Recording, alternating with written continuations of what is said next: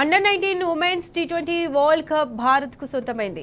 South ఆఫ్రికాతో జరిగిన ఫైనల్స్లో team India ఛాంపియన్గా నిలిచింది. బౌలింగ్తో సఫారీలను 82 పరుగులకే కట్టడి చేసిన భారత అమ్మాయిలు బ్యాట్ జిలిపించి వీర విహారం చేశారు. కౌలాలంపూర్లో భారత మహిళల జట్టు చరిత్ర సృష్టించింది. 83 పరుగుల లక్ష్యాన్ని అలవోకగా ఛేదించింది. తెలంగాణ తేజం గొంగడి త్రిష అటు బౌలింగ్ ఇటు బ్యాటింగ్లోనూ ఆల్రౌండ్ ప్రదర్శనతో ఆకట్టుకుంది. మైదానంలో దుమ్మురేపిన త్రిష భారత్ను ఛాంపియన్గా నిలపడంలో కీలక పాత్ర పోషించింది. త్రిషకు జోడిగా కమలిని సైతం బ్యాట్ జులిపించింది.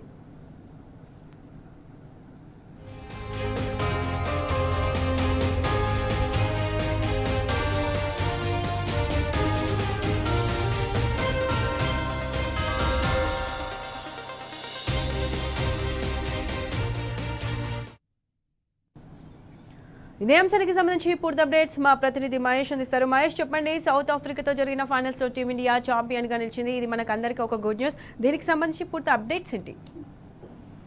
వరుస విజయాలతో మహిళల అండర్-19 ప్రపంచ కప్ టోర్నీలో ఫైనల్ చేరిన యువ భారత్ జట్టు సంచలనం సృష్టించిందని చెప్పాలి. ఈ రోజు జరిగిన మ్యాచ్ లో సౌత్ ఆఫ్రికాను చిత్తుగా ఓడించింది. అతి తక్కువ పరుగులు 82కే ఆల్అౌట్ చేసి ఆ టైటిల్ దక్కించిందని చెప్పాలి. టైటిల్ 4 లో దక్షిణాఫ్రికాతో ఈ రోజు జరిగిన మ్యాచ్ లో ఇది ఒక అద్భుతమైన విజయం కూడా వర్ణించాలి. ఎందుకంటే మొదట టాస్ గెలిచి బ్యాటింగ్ తీసుకున్న సౌత్ ఆఫ్రికాను 82 పరుగులకే ఆల్అౌట్ చేసి మన బౌలర్లు సత్తా చాటని చెప్పాలి. భారత బౌలర్ల దెబ్బకు దక్షిణాఫ్రికా బ్యాటర్లు మొత్తం బెంబేలెత్తిపోయారని చెప్పాలి. మొత్తం 20 ఓవర్లలో కేవలం 82 పరుగులకే కుప్పకూల్చారు. 2 ఎడిషన్లు సొంతం చేసుకునే లక్ష్యంతో బరిలోకి దిగిన టీమిండియా బ్యాటింగ్, బౌలింగ్, ఫీల్డింగ్ విభాగాల్లో అన్ని విభాగాల్లో కూడా దుమ్మిరేగిందని చెప్పాలి. ముఖ్యంగా భారత్ బౌలర్ల దాటికి ప్రత్యర్థి జట్లు తట్టుకోలేకపోయాయి. స్పిన్నర్లు అటు వైష్ణవి శర్మ, ఆయుషి శుక్లాతో పాటు ఫర్నిచర్ సిసోడియా, పేసర్ జోస్తో దాటికి టీమిండియాతో ఆడిన అన్ని జట్లు దాదాపు ఒక ఇంగ్లాండ్ తప్ప మిగతా జట్లన్నీ కూడా కేవలం 100 పరుగులకే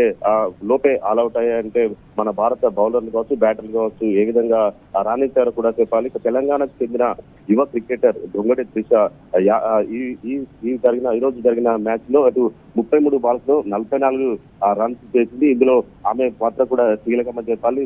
8 స్కోర్ కూడా ఆమె స్కోర్ చేసింది చెప్పాలి. ఈ ఓవరాల్ గా ఈ జరిగిన మ్యాచ్లలో మొత్తం త్రిష 309 పరుగులు చేసి దాంతో ఈ మ్యాచ్ గెలవడంలో కీలక పాత్ర పోసిందని కూడా చెప్పాలి.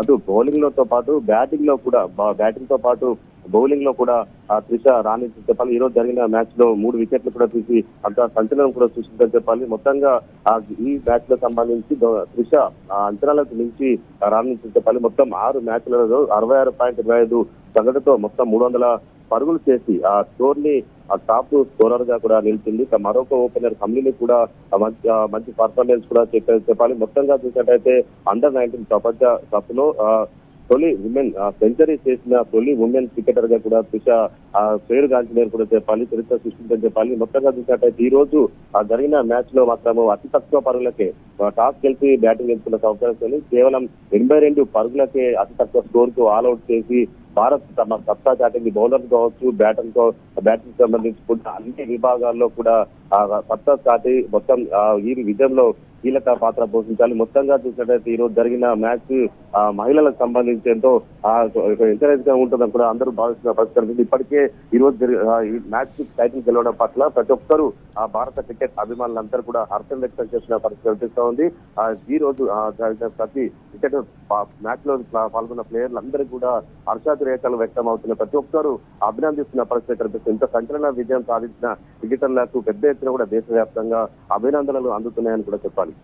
Right Mahesh, thank you.